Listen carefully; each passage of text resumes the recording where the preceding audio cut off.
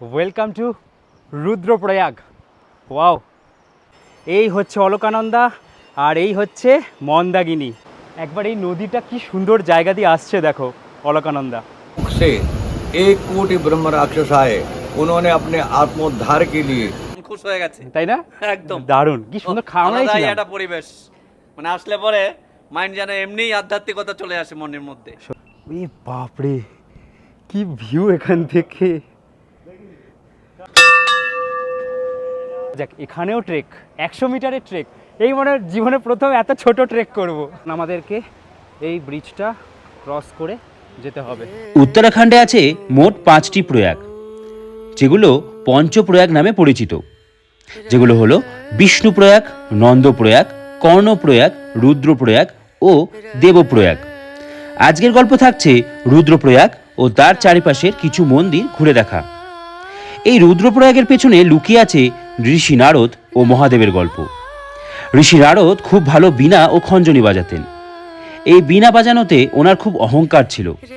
আর এই রুদ্রপ্রয়াগেই নারদ শিলার ওপরে বসে উনি মহাদেবের সাধনা করার পর মহাদেব দর্শন দিলে তখন উনি বীণা বাজিয়ে মহাদেবকে বিভিন্ন রাগ শোনাতে থাকেন। আর তখন ঋষি নারদের চোখে মুখে এই রাগ সৃষ্টির অহংকার প্রকাশ পায়। আর তখন মহাদেব এই রুদ্ররাগ সৃষ্টি করে ওনার অহংকারকে ভেঙে দেন। সেখান থেকেই আসে এই রুদ্ররাগ ও মহাদেব রুদ্রনাথ মহাদেব হিসাবে এখানে অধিষ্ঠান পান। এই জন্যই এই জায়গাটার নাম হয় পরবর্তীকালে রুদ্রপ্রয়াগ। আর এই রুদ্রপ্রয়াগেই এসে মিশেছে কেদারনাথ থেকে আসা মন্দাকিনী নদী ও বদ্রীনাথের মানা গ্রামের দিক থেকে আসা অলকানন্দা নদী। ও মন্দাকিনী নদী অলকানন্দা নদীর সাথে মিশে এখান থেকে অলকানন্দা হয়েই আবারও বেরিয়ে যাচ্ছে দেবপ্রয়াগের দিকে। হাই, সবাই কেমন আছো? জিরাট থেকে তোমার বন্ধু প্রীতম, আরও একটা নতুন ভিডিওতে নতুন টেস্টে। আর এখন আমি আছি বর্তমানে ভারত সেবাশ্রম। কোথায় ভারত সেবাশ্রম? ধারী দেবী যে মন্দির আছে, এই ধারী দেবী মন্দিরের কাছে ভারত সেবাশ্রম। এখান থেকে 18 কিলোমিটার দূরে হচ্ছে রুদ্রপ্রয়াগ। আর এই হচ্ছে কিছুটা আমাদের ব্যালকনি থেকে আমাদের এই পাহাড়ের ভিউ, এই ধারী দেবী মন্দিরের কাছে।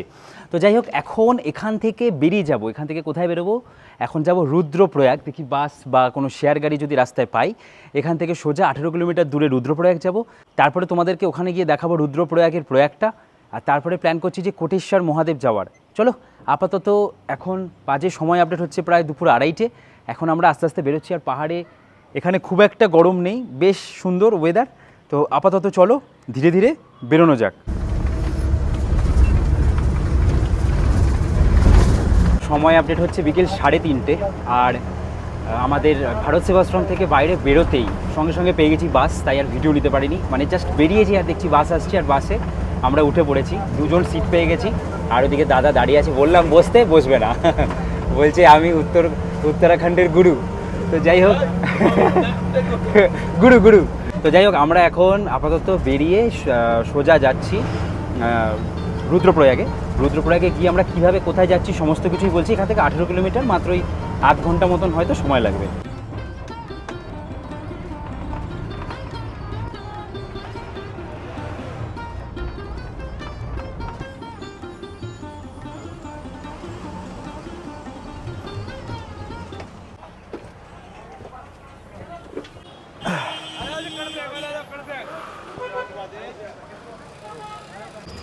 উকিমঠ যাওয়ার বাসে আমরা উঠেছিলাম। যে কোনো মানে উকিমঠ হোক, বদ্রীনাথ হোক, এই বাসগুলোর যে কোনো বাসে উঠলেই তোমরা কিন্তু এখানে পৌঁছে যেতে পারবে এই রুদ্রপ্রয়াগে। আর এখানে আমরা 40 টাকা লাগলো এই বাসে করে পৌঁছাতে। রকম কেদারনাথের বাসে কিন্তু উঠলে হবে না, তোমাদেরকে উকিমঠ, যোশীমঠ, তারপরে বদ্রীনাথ, যে কোনো বাসে তোমরা উঠে পড়লেই হয়ে যাবে। দেখবে প্রচুর বাস কিন্তু যাচ্ছে। তো এটাই হচ্ছে একদম আমরা আছি রুদ্রপ্রয়াগের মেন, যদি বলা যায় এটাই মেন বাজার বা মার্কেট বা এরিয়া, যেখান থেকে তোমরা সমস্ত গাড়ি, এখন সব শেয়ার গাড়ি সমস্ত কিছু দাঁড়িয়ে আছে। বাসের থেকে ওদিকে নেমে আমরা হাঁটতে হাঁটতে চলে এলাম এইখানটায়। এই যেখান থেকে একটা সিঁড়ি আছে, এই যে ব্রিজটা, এটাকে ক্রস করছি আমরা এখন। বাস ওদিক দিয়ে বেরিয়ে যাচ্ছে ওই রাস্তাটা দিয়ে, আর এটা হচ্ছে অন্য একটা রাস্তা। আমরা এদিক দিয়ে যাবো। চলবে হেভি ওয়েদার।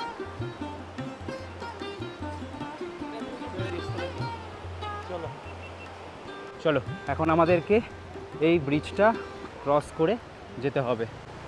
দেখো ওই দিক দিয়ে চলে গেল বদ্রীনাথের রাস্তা বা যোশী মঠ, উকি মঠ, আর আমরা এখন এদিকে যাচ্ছি। আমরা নদীটাকে ক্রস করে, এই ব্রিজটাকে ক্রস করে আমরা এই পাড়ে চলে এলাম। এবার এখান থেকে আমরা গাড়ি ধরবো, এখান থেকে গাড়ি রিজার্ভ করতে হয়। আমরা এখন এই গাড়িতে উঠে পড়ি। पोपरा नारायण जाएंगे एंड कोटेश्वर महादेव। कितना पैसा लेता है? 500। आना जाना है तो হ্যাঁ, এই যে টানেলটা দেখা যাচ্ছে, এই টানেলটা তৈরি হচ্ছে কেদারনাথ থেকে বদ্রীনাথ যাওয়ার জন্য। মানে এটা আরও তাড়াতাড়ি যাওয়া যাবে, তাই তো? মানে এটা কিন্তু আরও শর্ট ডিস্টেন্স করে দেবে।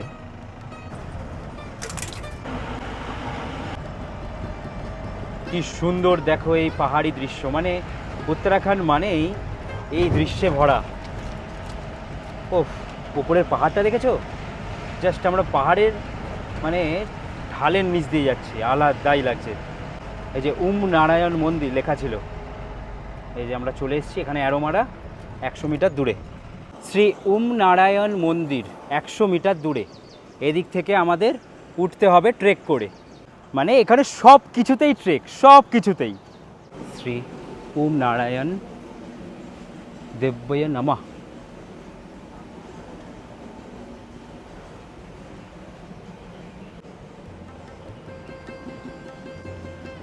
ও কি সুন্দর জায়গাটা, দারুণ তো। উঠে যাও, চলো আস্তে আস্তে উপরে যাওয়া যাক। এখানেও ট্রেক, 100 মিটারের ট্রেক। এই মনে হয় জীবনে প্রথম এত ছোট ট্রেক করব। এখানে এসেও রাস্তা এরকম ঘুরে আবার যাচ্ছি আমরা, মানে ট্রেকই ট্রেক করে যাচ্ছি, আলাদাই। যত উপরে উঠছি দৃশ্য আরও সুন্দর হচ্ছে। এই যে এখনো যেতে হবে, এখানে গিয়েও এখানে দেখতে পাচ্ছি মন্দিরটা। অসাধারণ সুন্দর রাস্তা।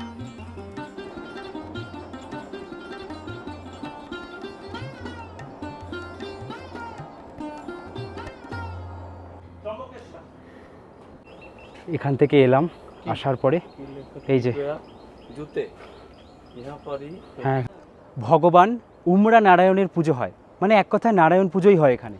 চলো আস্তে আস্তে এবার উপরে উঠি। এখানে জুতো খোলার জায়গা, আমরা 3 জনই আছি, এত কেউ নেই।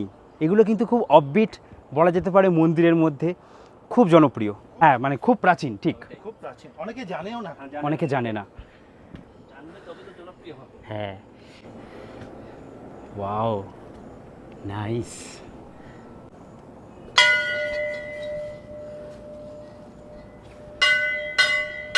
এই মন্দিরটাই 1943 সালে বানানো হয়েছিল, কোনো এক মহারাজ আছেন। এ বাপরে, কি ভিউ এখান থেকে, অসাধারণ ভিউ।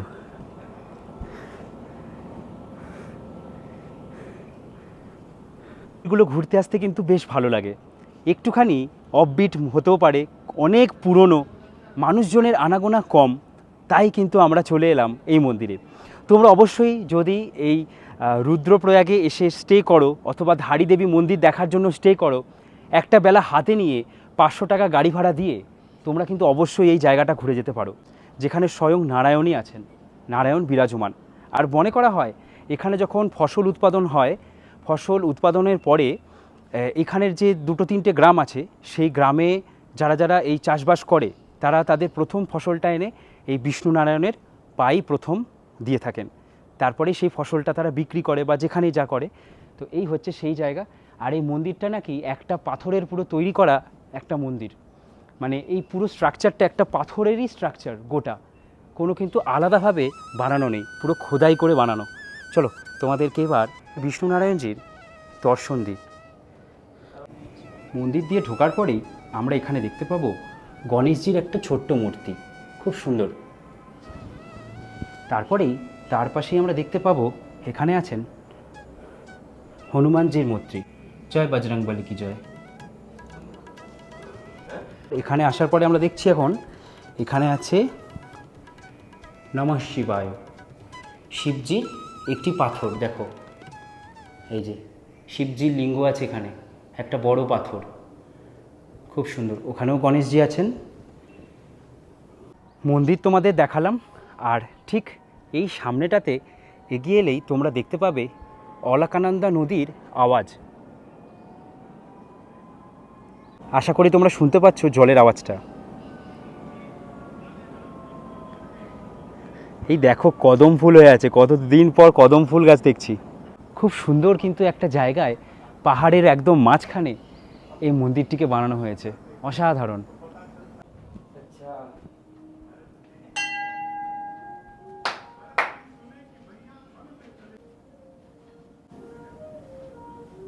पुराना इतिहास है इसका, वो थोड़ा बता सकते कैसे इधर में ये भगवान। हाँ, पुराना इतिहास है, जंगलों में थे। यहाँ पे जब पांडव लोग थे ना, जब हाँ। यात्रा सतयुग में खुली होगी, हम्म, तब वो लोग यात्रा इधर गए होंगे, तो इधर से उमरायण बनाते गए, फिर आगे बद्रीनारायण मिल गया, आगे चोपड़ा में एक नारायण मंदिर है। पहले पैदल यात्रा थी, गाड़ी नहीं थी। यहाँ लोग बताते हैं कोट द्वार से नमक आता था, वो भी बकरी पे, गाड़ी थी नहीं, इसलिए तब से नारायण मंदिर बना कि यहाँ कोई महात्मा आ जाए, साधु आ जाए, भगत आ जाए, उनके लिए था ये प्राचीन नारायण मंदिर है। इसका नाम है उमरा नारायण मंदिर।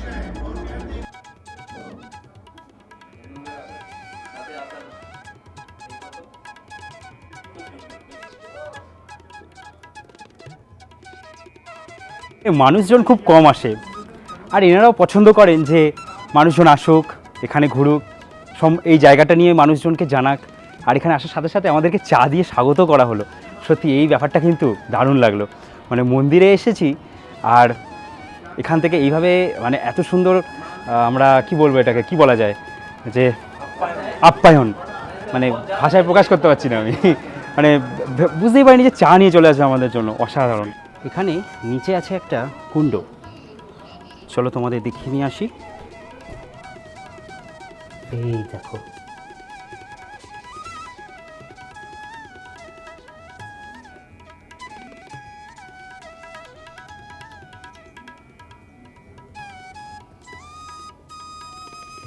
এইবার আমরা বেরিয়ে যাই।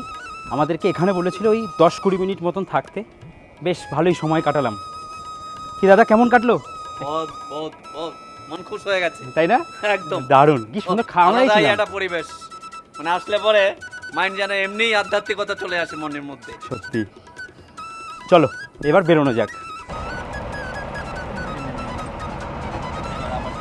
না থাকলে তো বোঝাও যাবে না, জানা যাবে না। আর এইসব আছে তো জানি নাকি।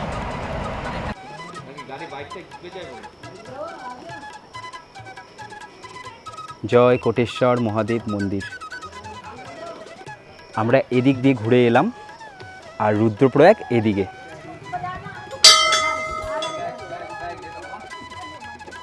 ঢুকে পড়লাম এই কোটেশ্বর মহাদেব মন্দিরের রাস্তায়। এখান থেকে আমাদের প্রায় কিছুটা ট্রেক করে যেতে হবে। আমরা এখন অনেকটা কিন্তু নিচে যাব, অলকানন্দা নদীর একদম নিচেই কিন্তু এই মন্দিরটা। চলো যাওয়া যাক।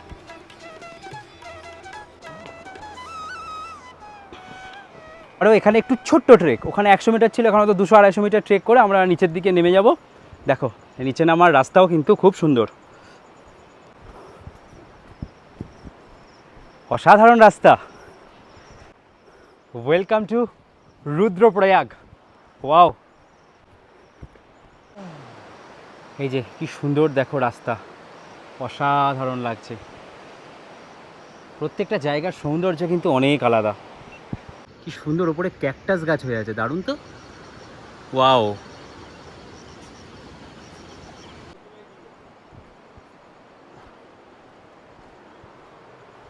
আর এই কোটেশ্বর মহাদেব মন্দিরের কাছে আমরা প্রায় চলে এসেছি, প্রায় ওই 200-250 মিটার যেমন বললাম। এটাই মনে করা হয় যে এখানে নাকি কোটেশ্বর মানে কোটি ঈশ্বর, মনে করা হয় যে বহু যুগ যুগ বছর আগে যখন রাক্ষস আর এই ভগবানদের সমাগম ছিল এই পৃথিবীতে, তখন নাকি 1 কোটি রাক্ষস এখানে বসবাস করত। কি সুন্দর জায়গা এই কোটেশ্বর মহাদেব মন্দিরের, এই সুন্দরতম জায়গাটা।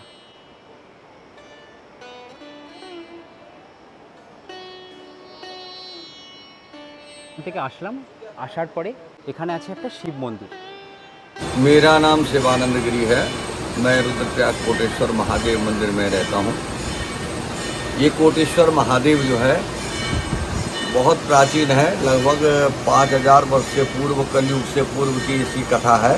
स्कंद पुराण केदारखंड में इसका वर्णन आया है कि तत्र कोटीश्वरम लिंगम भुक्ति मुक्ति प्रदायकम तत्र मुक्ता पुरा विप्रो कोटिशो ब्रह्म राक्षस। पूर्व काल में, कलयुग से पहले, इस स्थान पे जब मृतलोक से 1 कोटि ब्रह्म राक्षस आए, उन्होंने अपने आत्मोद्धार के लिए भगवान शंकर की उपासना की। उन्होंने इस क्षेत्र में भगवान शंकर की उपासना करके भगवान शंकर से दर्शन पाए। भगवान शंकर से उन्होंने 2 वरदान मांगे। एक तो हमें इस राक्षसी योनि से हमें क्या कर दो, मुक्त कर दो, और हमें जो है अपने चरणों में हमेशा के लिए रख लो। तो भगवान शंकर, और दूसरा जो है आने वाले भविष्य में, कलिकाल में हमारा नाम अजर अमर रहे, ऐसा कुछ कर दो। तो भगवान शंकर ने उसी दिन से यहाँ पे क्या किया, उनको मुक्त करके उनके नाम से कोटेश्वर महादेव के रूप में इस गुफा में विराजमान हुए, और उस दिन से ये कोटेश्वर चल रहा है। भगवान शंकर ने कहा मैं तुम्हारा जो है कलिकाल में खूब नाम विख्यात करूँगा, क्योंकि मैं इच्छित फल प्रदान करूँगा। जो संतान को संतान की प्राप्ति करवाऊँगा, निर्धन को धन की प्राप्ति करवाऊँगा, सबकी इच्छित मनोकामना पूर्ण करूँगा, ऐसा स्कंद पुराण में लिखा हुआ है। ये कोटेश्वर महादेव उस समय से यहाँ पे हैं। একটা ঘটি নিয়ে নিলাম। এই ঘটিটা নিয়ে আমরা এখন বাবার মাথায় জল ঢালতে যাব। এই কোটি যে ঈশ্বর, মানে 1 কোটি ঈশ্বরের মাথায় জল ঢালতে যাব। আমাদের এখন এই রাস্তা দিয়ে এসেছিলাম, এই পথ দিয়ে আমরা এখন সোজা নিচের দিকে যাব। অলকানন্দা নদীর ওখান থেকে জল নেব। ও হো হো হো, কি সুন্দর জায়গাটা দেখো একবার। ও অসাধারণ জায়গা, দারুণ, দুর্দান্ত। একবার এই নদীটা কি সুন্দর জায়গা দিয়ে আসছে দেখো, অলকানন্দা। খেলা করছে এরা। কি নিচে আসতেই দেখো কি সুন্দর, এখানে গ্রহরাজ মন্দির আছে।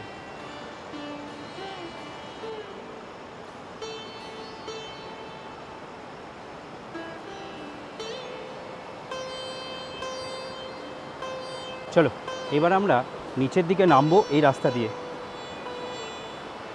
ও নদীর একটা ঠান্ডা ভাব, এত সুন্দর লাগছে এই জায়গাটা, অসাধারণ। এটা হচ্ছে পুরো স্নান করার ঘাট, দেখো কি সুন্দর করে বানানো।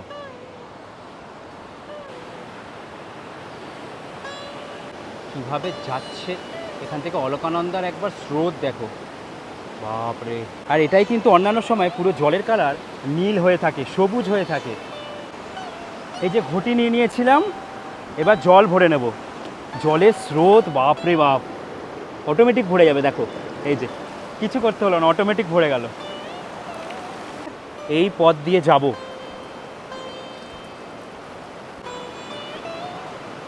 আমি তখন গল্পটা বলছিলাম যে ভস্মাসুররা তারা তপস্যা করেছিলেন। ভস্মাসুরদের ওই তপস্যায় শিব তুষ্ট হন, মহাদেব তুষ্ট হয়ে তারপরে এখানে আসেন আর এনাদেরকে বলেন ঠিক আছে তোমরা ঈশ্বর রূপে এই পৃথিবীতে বিরাজমান হবে। তারপরে এই 1 কোটি ব্রহ্মাসুররা ঈশ্বর রূপে বিরাজমান হয় কিভাবে, এই মন্দিরের ভেতরে 1 কোটি শিবলিঙ্গ, সেখান থেকেই এই জায়গাটা। আবার কোনো কোনো জায়গায় লেখা আছে পাণ্ডবরাও নাকি এখানে শিবের ধ্যান করে তারপরে স্বর্গের পথে আরোহণ করেছিলেন।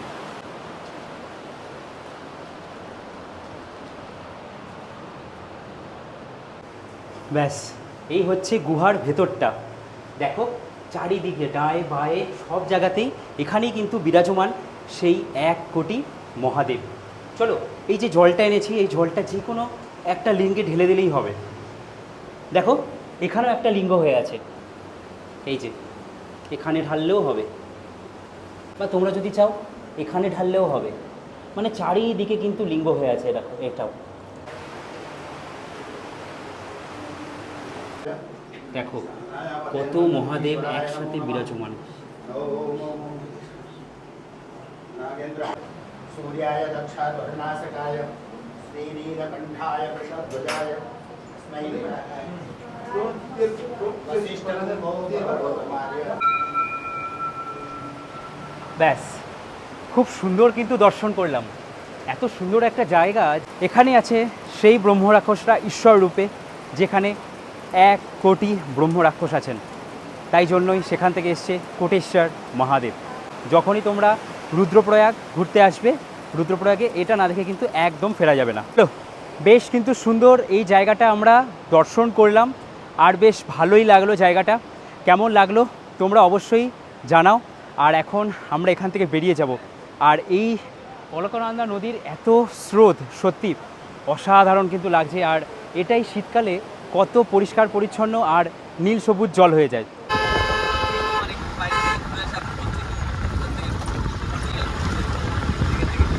আমরা এসে নামলাম যেখান থেকে গাড়িতে উঠেছিলাম।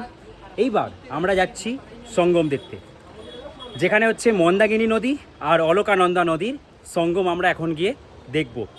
চলো, চলে এলাম। আমরা এখন দেখব রুদ্রনাথজির প্রাচীন মন্দির আর সঙ্গম স্থল। দেখো, সব এখন এরকমভাবে কাজ চলছে।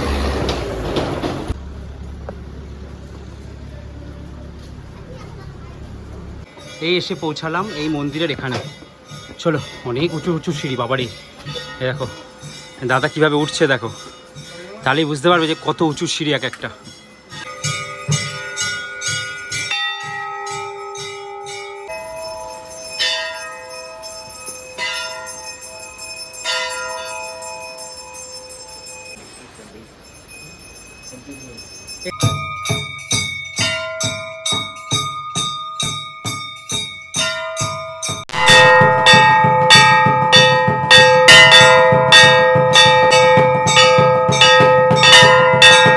ও সত্যি আলাদা আলাদা ভাইব আছে প্রত্যেকটা জায়গায়।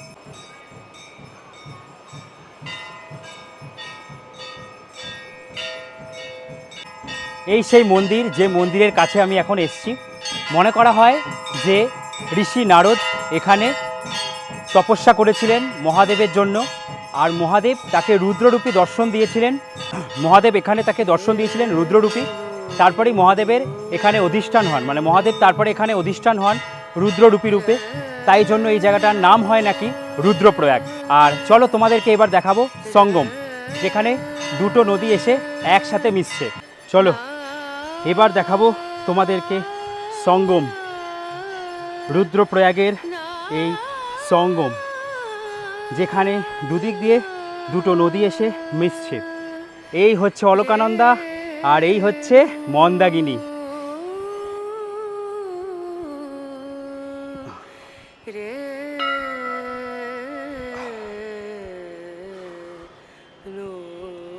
আহা হা, কি সুন্দর জায়গা,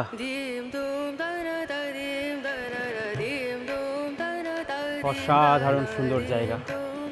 আর এখানে আছে দুটো বসার এরকম জায়গা, যেখানে বসে থাকতে পারো।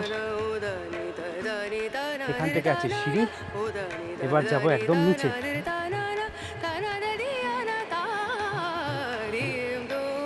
দুধার দিয়ে দুটো জল এসে মিশছে এখানে।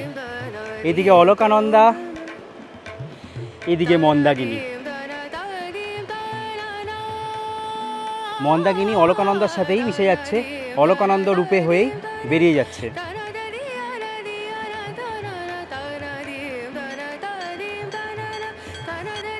মন্দাকিনী নদী কোথা দিয়ে আসছে? মন্দাকিনী নদী আসছে আমরা যে কেদারনাথ যাত্রা করি ওখানে আমরা দেখতে পাই এই মন্দাকিনী নদীকে। আর এই অলকানন্দা নদী কোথা থেকে আসছে? অলকানন্দা নদী আসছে একদম বদ্রীনাথ গেলে আমরা দেখতে পাই মানা গ্রামের পাশ থেকে আসছে অলকানন্দা নদী। এই হচ্ছে দুটো নদী মিলে সেই সঙ্গম। তো এই হচ্ছে সেই জায়গা, এই হচ্ছে রুদ্রপ্রয়াগ। আলোটা চলে গেল অনেকটাই, অন্ধকার হয়ে আসছে। আর এখানে মন্দির আছে, দেখো কি সুন্দর একটা জায়গায় এরকম মন্দির। প্রয়াগগুলোতে তোমরা যে দেবপ্রয়াগ, রুদ্রপ্রয়াগ, প্রত্যেকটা প্রয়াগে গেলেই তোমরা এরকম মন্দির দেখতে পাবে। ঋষি নারদ ইনি, আর উনি হচ্ছেন রুদ্ররূপী শিব। বাহ, নিচে নারদ শিলা আছে যেখানে নারদজি তপস্যা করেছিলেন। আর এই হচ্ছে তোমাদেরকে দেখাচ্ছি নারদজি আর রুদ্ররূপী শিব, এখানে ওনাদের মূর্তি রাখা আছে।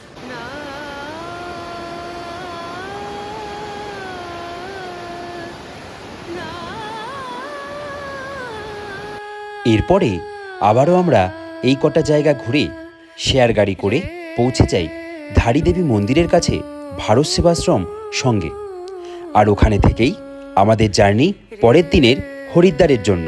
ওখান থেকে শেয়ার গাড়ি অথবা বাসে করে পৌঁছে যেতে হবে হরিদ্বার রেলওয়ে স্টেশন।